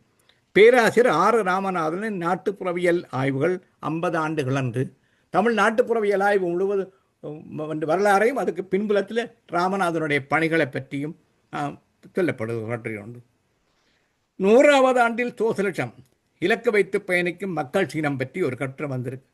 அண்ணல் அம்பேத்கரின் பௌத்தம் பெற்ற உரையாடல்களின் நண்பர் பேராசிரியர் அரசு அவர்கள் ஒரு ஆழமான கட்டுரை எழுதியிருக்கின்றார்கள். மணற்கணி இதழில் வெளிவந்துள்ள ஆய்வுக் கட்டுரைகளில் செவ்வியல் இலக்கிய வகைசார் ஆய்வுகள் தொடர்பாக பேராசிரியர் ராமசாமி ஒரு ஆய்வுக் கட்டுரை எழுதியிருக்கிறார். ஒரு 100 இலக்கிய ஆய்வுகள் வந்திருக்கின்ற எல்லாவற்றை பற்றிய பட்டியலும் என்னிடம் இருக்கின்றன. குறிப்பாக தமிழ் ஆய்வுலகம் மற்றும் திறனாய் உலகம் ஆகியன எந்த திசைவெளிகளில் பயணித்துக் கொள்ளன என்பதோடு எவ்வளவு திசைவெளிகளை நோக்கி பயணிக்கின்றன என்பதையும் அறிய விளைவோருக்கு வழிகாட்டவல்ல திசையறை கருவிகளாக இந்த இதழ்கள் பயன்படுகின்றன. இன்றைக்கு தமிழ் இலக்கிய உலகம், தமிழ் ஆய்வுலகம் எங்கே இருக்கின்றா நீங்கள் டக்கண்டு போடலாம். இன்னும் இதழில் இன்னும் கற்று வருதென்று பார்த்தலேருந்து விளங்கிடும் இன்றைக்கு எது பேசு பொருளாக இருக்குன்னு சொல்லி.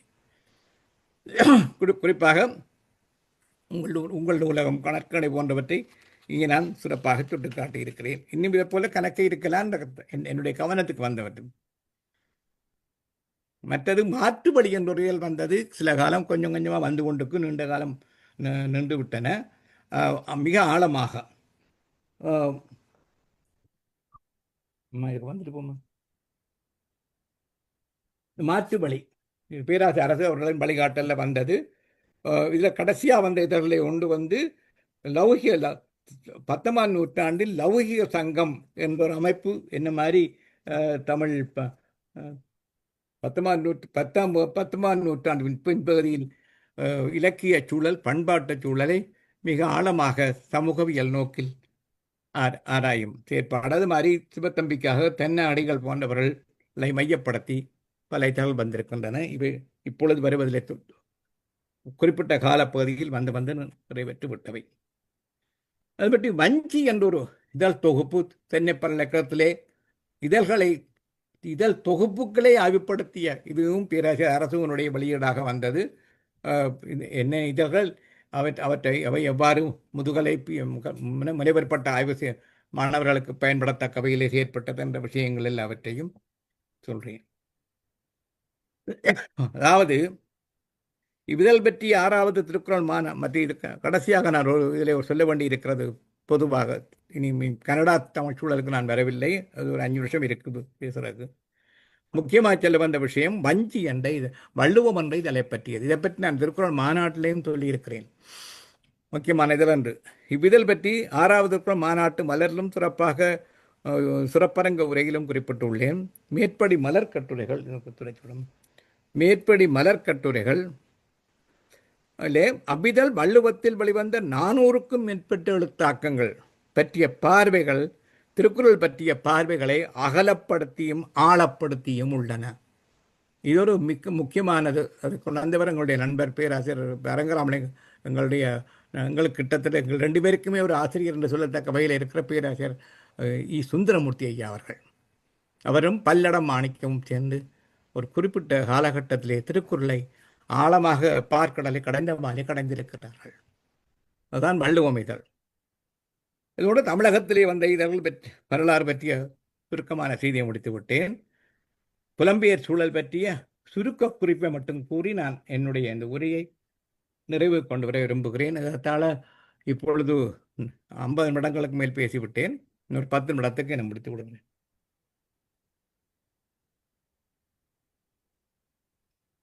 புலம்பெயர் இலக்கியம் அல்லது புகலிட இலக்கியம் என்ற வகையிலான அடையாளப்படுத்தப்பாலுடன் அமைந்த தமிழ் இலக்கியத்தின் தோற்ற காலம் 1980களின் நடுப்பகுதி என கொள்ளப்படுகிறது. அவ்வகையில் இலக்கியத்தின் வரலாறானது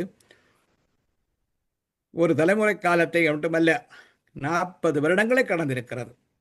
புலம்பெயர் இலக்கிய வரலாற்றை பொறுப்புணர்வுடனும் திட்டப்பாங்குடனும் இயக்கி வழிநடத்தி வந்தவை, வழிநடத்தி வருபவை என்ற சிறப்பு குறிப்பாக தீவிர இலக்கிய இதழ்களுக்கு உரியது. 4வது பரிமாணம், காலம், உயர்நிழல், எக்ஸில் முதலியனவாக வந்து கொண்டிருந்த தீவிர இலக்கிய இதழ்தான் ஆரம்பத்திலே புலம்பெயர் இலக்கிய சூழல் சர்வதேச மட்டத்திலே இந்த பண்பாட்டை, இலக்கிய வரலாற்றை இயக்கி வந்தவை.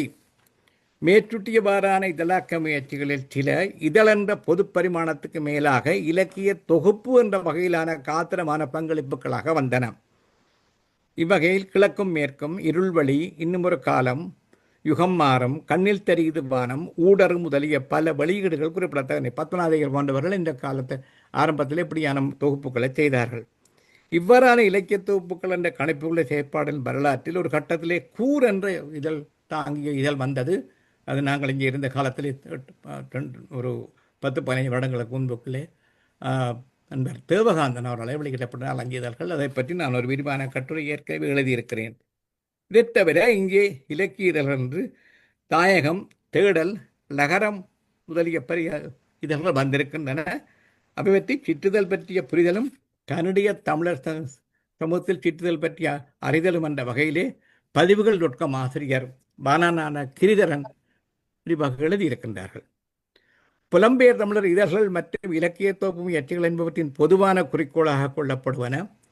புலம்பெயர் தமிழ் சமூகத்தின் பண்பாட்டு பிரச்சனைகள் தொடர்பான சிந்தனைகளை மற்றும் உணர்வெழுச்சிகள் ஆகியவற்றை இணைப்பு தளமாக செயல்படுவது அவற்றைதான் முக்கிய குறிக்கோள். அச்செயற்பாட்டினூடாக பண்பாட்டு வரலாற்றை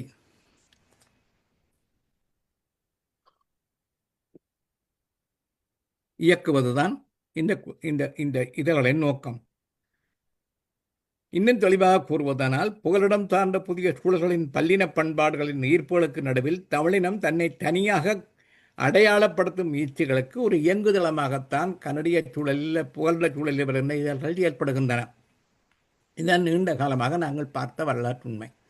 பல்லின பண்பாட்டு சூழலில் எல்லாரும் பிரிஞ்சு போய்விடக்கூடாது, நாங்கள் எல்லாம் தமிழர்களாக இருக்க வேணும், எங்களுக்குள்ள ஒரு தத்துவார்த்த அடிப்படையை உருவாக்கி கொள்ள வேணும், அதற்கு நாங்கள் இந்த இதழ் வெளியீடுகள் மூலம் பங்களிப்பு செய்ய வேண்டும் என்று செய்து கொண்டு வருகிறார்கள். இந்த வகையில் இப்போ இன்றைக்கு பேசுபொருளாக சொல்லக்கூடிய முக்கியமான விஷயங்களில் ஒன்று இந்த எழுநா என்ற இதழ். அது நண்பர் முரளிதரன் நடராஜா வெளியிட்டார்கள். அது இங்கே எங்களுக்கு இது 37 இதழ்கள் மட்டும் வந்திருக்கின்றன. மற்றொன்று இலக்கிய வெளி என்று நண்பர் அகில் அவர்கள் வெளியிட்டுக் கொண்டு 8 இதழ்கள் வந்திருக்கின்றன. இதை தவிர மூன்றாவதாக இங்கே சொல்லத்தக்கது முக்கியமானது தாய் வீடு என்ற இதழ். இன்றைக்கு கொண்டெம்பரையா இந்த கண்ட சூழல்ல இன்றைக்கு இருக்கிற நிலையில வருகின்ற முக்கியமான 3 இதழ்கள். இந்த 3 இதழ்கள் ஒரு வகையில் 3 விதமான பிரச்சனை அம்சங்களை அல்லது பண்பாட்டு அம்சங்களை எடுத்து பேசுகின்றன. அகிலுடைய இந்த இலக்கிய வழி முயற்சி என்பது தமிழகத்துக்கு வெளியே தமிழ் படைப்பாளிகள் அல்ல இலக்கிய துறைகள் பற்றி மிக ஆழமாக சிந்திப்பவர்கள், உயர்நிலை வாசிப்புக்குரிய வகையில் இதழை உண்டு ஜானகிராமனுக்கு ஒரு மலர் வெளியிட்டார்கள். பஞ்சாங்கம் என்று சொல்லப்பெற பேராசிரியருக்கு ஒரு மலர் வெளியிட்டார்கள். இதைவிட அழகிரிசாமிக்கு ஒரு மலர் வெளியிட்டார்கள். சிறுகதை சிறப்புதல் ஒன்று வெளியிட்டார்கள். கவிதை சிறப்புதல் வெளியிட்டார்கள். நாளைக்கு ஒரு வெளியீடு நடக்க இருக்கிறது. அகில நீ ஈழத்தின் பிரபல கவிஞராக திகழ்ந்தவரான நீலாவணன் பற்றிய இதழ் ஒன்று. அப்போ சமகால இலக்கியத்தில் முக்கிய நாயகர்களாக திகழ்கின்றவர் மொழிபெயர்ப்பு இதழ் சிறப்புதல் என்று ஒன்று வெளியிட்டார்கள். இவை ஒவ்வொன்றும் உண்மையிலே மிக காத்திரமாக வெளியிடப்பட்டவை. முதல் கருத்தரங்கு நடத்துகிறார்கள், கட்டுரைகள் வாசிக்கிறார்கள், பிறகு அந்த கட்டுரைகளை திருத்தி தொகுத்தெடுக்கிறார்கள், அவற்றை பதிப்பித்து அச்சேற்றி இந்த அழகான கட்டமைப்புக்குள்ளே இந்தியாவிலேயும் ஆலோசனைகள் பற்றி செய்கிறார்கள். பிறகு இலங்கையிலேயும் இந்தியாவிலேயும் இங்கேயும் அது பற்றி கலந்துரையாடல் நடத்துகிறார்கள். அப்போ நவீன இலக்கியம் பற்றிய மிக ஆழமான ஒரு செயற்பாடு என்ற வகையிலே இந்த இலக்கிய வழியினுடைய செயற்பாடு. நாளைக்கு வருகிற நீலாவணன் தான் யார்? இன்றைக்கு 40 வருஷத்துக்கு முதல் 60ஆம் ஆண்டுகளில் தமிழ் கவிதை அப்படியே நடந்து கொண்டு வந்தது. சிறுகதையோட கவிதையோட எல்லாம் கவியரங்கோட எல்லாம் நான் நேரடி அனுபவத்தை சொல்கிறேன். 60ஆம் ஆண்டுகளில் அப்படி நடந்து வந்த கவிதை, ஈழத்து கவிதை அப்படி தக்கண்டு பிளேன் மேலே ஏறுற மாதிரி ஏறிச்சு. பிளேன் அப்படி ஓடிக்கொண்டு வந்து டக்கண்டு ஏறும். அந்த ஏற்றத்தை செய்தவர்கள் 2 பேர். ஒருவர் மகாகவி என சொல்லப்படுகிற ருத்ரமூர்த்தி, இன்னொருவர் நீலாவணன். இவர் வட இலங்கையிலிருந்து செய்தார், இவர் கிழக்கு இலங்கையிலிருந்து செய்தார். அவருடைய படைப்புகள் தக்கண்ட ஈழத்து கவிதையே அப்படி தூக்கி விட்டு மேலே ஒன்று. இது நான் சும்மா இதுக்கு சொல்ல இல்லை, வரலாற்றை வைத்துக் கொண்டு சொல்லுகிறேன். அந்த வகையிலே நாளைக்கு நீங்கள் கலந்து கொள்ள அந்த அந்த அந்த நீலாவணன் என்பவர் ஈழத்து இலக்கியத்தின் ஒரு காலகட்டத்தின் வரலாற்றை இயக்கியவர். அப்படி ஜானகிராமன் போன்றவர்கள் அங்கே செய்தார்களோ அதே மாதிரி இங்கே செய்திருக்கிறார். இது முக்கியமான விஷயம். எனவே கொண்டெம்பரரி இலக்கியத்தை, நவீன இலக்கியத்தை பற்றிய ஒரு ஆழ்ந்த உரையாடலுக்கு களம் அமைத்து கொடுக்கின்ற வகையில் வந்து இதற்கு முன்பு இந்த பணியை செய்து கொண்டே இருந்து வருகிறார் காலம் செல்வம் அவர்கள். அவர் கடந்த 900 ஆண்டு 2000 ஆண்டுலேருந்து கடந்த 20 வருஷத்துக்கு மேலாக அவர் தொடர்ந்து செய்து 62 இதழ் வெளியிட்டிருக்கிறார் காலம். சர்வதேச இலக்கிய தரத்தை கனடாவிலே பேணத்தக்க வகையிலே, இங்கே உள்ளவர்கள் புரிந்து கொள்ளத்தக்க வகையிலே தமிழகத்து இலக்கியம், இலங்கை ஈழத்து இலக்கியம், கனடா இலக்கியம் போன்றவர்களுக்கு விளப்பம் எல்லாம் ஒட்டுமொத்தமாக இணைப்பு பாலமாக அந்த காலம் இதழ் வந்தது. இங்கே நண்பர் இருக்கிற வெற்றிவேல் அவர்கள் இருக்கிறார்கள். இவர்கள் அதை மையப்படுத்தி தன்னுடைய கலாநிதிப்பட்ட ஆய்வு ஒன்றை வெளியிட்டார்கள். அந்த கலாநிதிப்பட்ட ஆய்வு மனோன்மணியம் சுந்தரராஜனிலே செய்யப்பட்டது. இப்பொழுது காலம் சஞ்சிகை ஒரு புலமைத்துவ ஆய்வு என்ற வகையிலே இவர்களால் அந்த புத்தகம் வெளியிடப்பட்டிருக்கிறது அறிந்திருப்பீர்கள். அப்போ காலம் சஞ்சிகை ஒரு மிக கனதியான வேலையை செய்தது. இலக்கிய வழி இப்போதை செய்து கொண்டிருக்கிறது.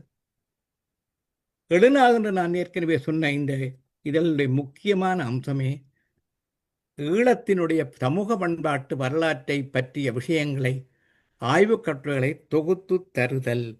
இதில் இந்திரபாலா சொல்றார், தேசிய தருதலைக்கு உதவிய ஊரம். இதில் கனவேர் எழுதியிருக்கிறார்கள்.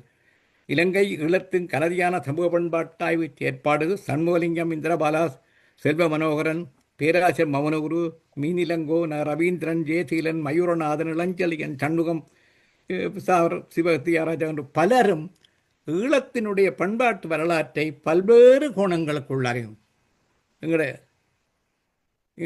இங்கே இருந்து கொண்டு அங்கே இருந்து கொண்டு தொகுத்து தந்து கொண்டிருக்கிறார்கள். ஒரு வகையிலே பல்கலைக்கழக நிலையிலே கவனிக்கப்படும். இந்திரபாலா போன்றவர்களது கட்டுரைகளை வாசிக்க நாங்கள் உண்மையாக சந்தோஷப்பட வேண்டியிருக்கேன்டா. நாங்கள் சிறந்த ஒரு ஆய்வாளர் வரலாற்றை உருவாக்கி கொண்டிருக்கிறோம். அதே தான் இலக்கிய வழியில். இதே போல தாயகம் என்ற ஒரு மன்னிக்கணும், தாய் வீடு என்று இன்றைக்கு வருகிற இதழ் உங்களுக்கு தெரியும். தாய் வீடு இதழ் பற்றி நான் அதோடு மிக நெருக்கமாக இருக்கிறவன். நானும் என்னுடைய துணைவியாரும் தொடர்ந்து பல ஆண்டுகளாக அதிலே கட்டுரை எழுதி வருகின்றவர்கள். அது தனியே இலக்கியம் அல்லது இலங்கை என்ற எல்லைக்கு செயற்படுற இதழ் அல்ல. திரிகுமாருடைய இதழ் அது ஒரு இதழ் வெளியீட்டு முறையிலேயே ஒரு வித்தியாசமானது. அது இலக்கியத்துக்காகவோ அறிவியலுக்காகவோ தொழில்நுட்பத்துக்காகவோ பங்கு போட்டு கொடுக்கப்பட்ட இதழ் அல்ல. என்ன செய்கிறேன்? தனி மனிதனுடைய அகம், குடும்பம், வீடு, உடல் நலம், சமூக நலம், கணிப்பொறி திறனாய்வு, கணிப்பொறி ஏஐ என்று சொல்லப்படுகிற ஆர்டிஃபிஷியல் இன்டெலிஜென்ஸ், இலக்கியம், சர்வதேச அரசியல், பொருளியல், சமூகவியல், வரலாறு, இப்படி எந்த துறையிலேயும் நீங்கள் எழுதலாம் என்ற ஒரு தளத்தை விரிவடைத்து அந்தந்த துறைகள் சார்ந்து ஏறத்தாழ ஒவ்வொரு இதழும் 50க்கு குறையாத எழுத்துக்களோடு வந்து கொண்டிருக்கின்றது. புலம்பெயர் தமிழர்கள் இலங்கையிலிருந்து வெளியில் போன பிறகு அனைத்துலகத்தை எவ்வாறெல்லாம் பார்க்கிறார்கள் என்று புரிந்து கொள்ள விரும்பினால் தாய் வீட்டை பார்க்கலாம். ஒவ்வொரு மாதமும் இந்த 50 பேரும் என்ன மாதிரி பெருமூச்சு விடுகிறார்கள். நான் என்னடா அந்த எல்லா இதழையும் நான் வாசிக்கிறதால ஒவ்வொரு இதழுக்குள்ள தனித்தன்மையை நான் பார்க்கிறேன். அதை கொண்டு வருவதற்கு அவர்கள் எவ்வளவு கஷ்டப்படுகிறார்கள். நீங்கள் கேட்டு பாருங்க, திலீப்குமார் அந்த கடைசி 10 நாளில் மூச்சு விட நேரம் இல்லாமல் தாய் வீட்டை தயாரித்து கொண்டிருப்பார். இந்த இந்த இதழ்கள் எல்லாம் இலக்கிய வழி போன்ற இதழ் எவ்வளவு கஷ்டப்பட்டு அகில் செய்கிறார் எங்களுக்கு தெரியும். ஏன்னா எங்களோட சேர்ந்தவர் என்கிறவர் என்று படிக்கிறார். இப்போ இதுகளை பற்றி எல்லாம் எங்களுடைய சமுதாயம் பேச வேணும். இப்போ நான் இந்த உரையை இங்கே கொண்டு வந்ததுக்கே காரணம் இதழ்களை பற்றியும் அதன் இதழ் வெளியீடு பற்றியும் அதனுடைய பயன்பாடு பற்றியும் நாங்கள் ஆழமாக பேச வேண்டும். அவற்றுக்குரிய இடம். அதனால் இதை பற்றி சொன்னேன். ஜானகிராமன் சிறப்பிதழ், கவிதை சிறப்பிதழ், பஞ்சாங்கன் சிறப்பிதழ், மொழிபெயர்ப்பு சிறப்பிதழ், ஜெயபாலன் சிறப்பிதழ், அழகிரிசாமி சிறப்பிதழ், நீலாவணன் சிறப்பிதழ் வரையும் வந்திருக்கிற இலக்கிய வழியில் அதுகளை நான் பற்றி கூறிவிட்டேன். தாய் வீடு பற்றி கூறிட்டேன். கடைசியாக ஒரு சில குறிப்புகளை விமர்சன குறிப்பாக சொல்லி நீண்ட நேரம் உங்களை காக்க வைத்து விட்டேன். என்றாலும் சொல்ல வேண்டியதெல்லாம் சொல்ல வேண்டிய ஆர்வம் காரணம் ஆசை பற்றி அறையலுட்டேன். படைப்பாளிகளிடம் இருக்க வேண்டிய கற்பு, இது ஒரு விமர்சன அம்சம். என்ன கற்பு சொல்லுங்க? ஒரு கட்டுரையை எழுதி ஒரு பத்திரிகைக்கு அனுப்பிட்டு அதில் வருதோ வரை இல்லையோன்றதை கூட கவனிக்காமல் அதே கட்டுரையை கொஞ்சம் டச்சப் பண்ணி தலைப்பு கொஞ்சம் மாற்றிட்டு இன்னொரு கட்டுரைக்கு போடுவார்கள். இது எல்லாத்தையும் வாசிக்கிறபடியாக தான் இந்த கள்ளம் எங்களுக்கு தெரியுது. இது அங்கே வந்த கட்டுரை ஆயிட்டே என்று பார்த்தா இங்கே இருக்கும். அது கிட்டத்தட்ட உள்ளடக்கம் ஒன்று தான். அங்கே இடியப்பம் இங்கே புட்டு, அவ்வளவுதான் வித்தியாசம். இது நாங்கள் மிக அவதானமாக இருக்க வேணும் என்ற ஒன்றுக்காக சொல்லுகிறேன். ஒருத்தரையும் தனிப்பட்ட முறையில் குற்றம் செய்ய சொல்கிறோம் அல்ல. படைப்பாளிகளுக்கும் ஒரு கற்பு இருக்கு. ஒரே கட்டுரையை ஒருத்தருக்கும் அனுப்பிட்டு அந்த ரிசல்ட் தெரியாமல் சில நேரம் ஒரே கட்டுரை அதே தலைப்பிலேயே 2 இடத்துல வரும். அப்போ அது நாங்கள் கவனிக்க வேண்டிய, படைப்பாளிகள் இருக்க வேண்டிய பொறுப்பு. அப்படி வரவேண்டி வந்தால் ஒரே ஒரு காரணம், முதல் பத்திரிகைக்கு நன்றி போடணும். வழி வந்தது ஏற்கனவே தாய் வீட்டில் வெளிவந்த கட்டுரை நன்றி, அல்லது அந்த கட்டுரையை விரிவடைந்த வடிவமாக இது வருகிறது. இது முக்கியமான விஷயம். இது படைப்பாளிகளுக்கு கவனிக்க வேண்டிய விஷயம். வெளியீட்டாளரிடம் இருக்க வேண்டிய விஷயம் என்றால், தங்களோட வார கட்டுரைகள் ஏற்கனவே வேறு யாரும் பதிவு செய்துட்டார்களா என்பதை செக் பண்ணி போட வேண்டிய தேவை அவர்களுக்கு இருக்கு. அந்த பொறுப்பு இருக்கு. இல்லாட்டி வீணா பக்கங்கள் ஓடிக்கொண்டிருக்கும். இப்போ அது பதிப்பாளர்களுக்குரிய பொறுப்பு. மற்றது நன்றி என்று வந்தால் நன்றியை போட வேணும். அல்லது எங்கே பேசப்பட்டதனுடைய குறிப்புண்டா அந்த பேசப்பட்ட எழுத குறிப்பை போடணும். நாங்கள் பல்கலைக்கழகத்தில் அதை வடிவாக செய்கிறோம். நாங்கள் என்னென்னு சொன்னால், நான் ஒரு கால் பன்னிசை பற்றி 65ஆம் ஆண்டு 70ஆம் ஆண்டில் யாழ்ப்பாணம் யூனிவர்சிட்டியில் நான் பேசிட்டேன். பேசி போட்டு ஒரு கட்டுரையாக்கி போட்டு ஒரு இசை மலருக்கு அந்த கட்டுரையை கொடுத்துட்டேன். அந்த கட்டுரையை கொண்டு பேச கேட்டவர் பேராசிரியர் இந்திரபாலா. நான் சந்தோஷத்தில் கொண்டு போய் இந்த மலரை கொண்டு காட்டி, இங்கே பாருங்க சார், நான் அன்றைக்கு நீங்கள் கூப்பிட்டு பேசின விஷயத்தை இந்த கட்டுரையாக வந்துடுது பாருங்க. அப்போது ஒரு கட்டுரை அச்சில் ஒரு மலரில் வந்தால் எங்களுக்கு அது பெரிய ஜென்மசாபல்யம். திரும்பி பார்த்துட்டு தட்டி பார்த்து போட்டு முறைச்சி பார்த்தார் ஒரு கோபத்தில். என்ன வேலை செய்திருக்கிறீங்க, இவ்வளவுதான். என்ன போட்ட நீளது அடியில் இன்னரங்கில் இன்னர்த்த தலைமையில் இன்னர் வைக்க ஆற்றப்பட்ட உரையினுடைய கட்டுரை வடிவம் வந்து ஏன் போடாவிட்ட நீர் விட்ட ஒரு ஆய்வு நேர்மை என்றால் அது போடணும். அப்போதான் எங்களுக்கு தெரிஞ்சது நாங்கள் எதை செய்தாலும் அந்த செய்ததுக்கு கீழே அந்த எழுதின டேட் முதல் வந்த வெளியீடு பற்றிய தகவலை கட்டாயம் கொடுக்க வேண்டும். இது ஆய்வு நேர்மை என்றது. இலங்கையிலேருந்து ஒரு பேராசிரியர் ஒரு நாவல் எழுதி போட்டார் 65ஆம் ஆண்டு. பிறகு 95ஆம் ஆண்டு அளவில் தமிழ்நாட்டில் நான் கேட்க எனக்கு அனுப்பி பிடிச்சினார், இதை உங்கள் போட சொல்லுங்க. அவங்க போட ஒத்துக்கொண்டாங்க. ஆனால் ஒரே ஒரு கண்டிஷன், முதல் பிரதி முதல் பதிப்பண்டு தான் நாங்கள் போடுவோம். 2ஆம் பதிப்பண்டோ புதுக்கிய பதிப்பண்டோ போட மாட்டோம். ஏனென்று சொன்னால் முதல் பதிப்பாவார புத்தகங்கள் தான் 800 பிரதி போகும் லைப்ரரிக்கு போட்ட உடனே. ஒரு புத்தகத்தினுடைய 2ஆம் பதிப்பு 3ஆம் பதிப்பண்டால் அப்படி போகாது. எனக்கு தெரியாது இதை பற்றிய விஷயம். என்னை விட பிறகு அரங்கருக்கு தெரியும். எங்களுக்கு ஒரு புத்தகம் இருக்குது, அந்த புத்தகத்தில் நீங்கள் உங்கள்கிட்ட தான் நீங்கள் அனுப்பினீங்க சார். 1959ஆம் ஆண்டு ஒருவர் ஏவி சுப்பிரமணியம் என்றவர் தமிழ் ஆய்வின் வரலாறு, தமிழ் ஆய்வின் வரலாறு முடற்றியும் என்ற புத்தகம் எழுதி போட்டார். அது பிறகு தமிழ்நாட்டில் ஒரு அதிப்பகத்தால் 2000 ஆண்டு வந்திருக்கிறது. அதில் திருப்பி நீங்களாம் அனுப்பினீங்களா எனக்கு, அது திருப்பி பார்த்தேன். முதல் வெளியீடு வந்த ஆண்டு போடப்படவே இல்லை. அப்போ 1959ஆம் ஆண்டு வந்ததா 2010ஆம் ஆண்டு வந்ததாண்டு யோசிக்க முடியுமா? எங்கேயாவது ஒரு முன்னுரை அடிக்குறிப்புகள்லையாவது பழைய ஆண்டுதையும் வருவோம். அப்போ புத்தகம் வெளியீடு ஆண்டுகள் பேசப்பட்ட விஷயங்கள் எல்லாம் டேட் படியாக பதிவு செய்யப்பட வேணும் என்ற ஒரு முக்கியமான விஷயம் ஆய்வுலகில் பேணப்பட வேணும்.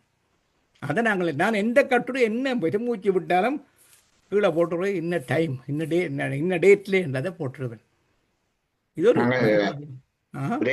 நிறைவு செய்து கொண்டு கலந்துரையாடல்களை தொடர்ந்து பார்ப்போம். சரி, நிறைவு ஆகிறேன் வாசகர்கள்.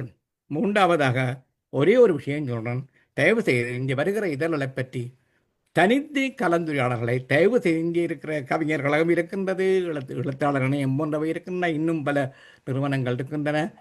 நாங்கள் இங்கே வெளியிடுகின்ற இதழ்களை பற்றிய ஆழமான கலந்துரையாடல்கள் நிகழ்த்த வேண்டும். அதுதான் இந்த படைப்பாளிகளுக்கு, இதழாசிரியர்களுக்கு நாங்கள் கொடுக்கக்கூடிய நன்றி என்று கூறி இதுவரை நேரமும் அமைதியாக கேட்டுக்கொண்டிருந்த உங்களிடமிருந்து விடைபெற்றுக் கொள்கிறேன். எவ்வளவு சொன்னேன், எவ்வளவு நிறைவாக சொன்னேன் என்று எனக்கு தெரியாது. தரவுகளை திரட்டி தந்திருக்கிறேன், சில குறிப்புகளை முன்வைத்திருக்கிறேன். நன்றி, வணக்கம்.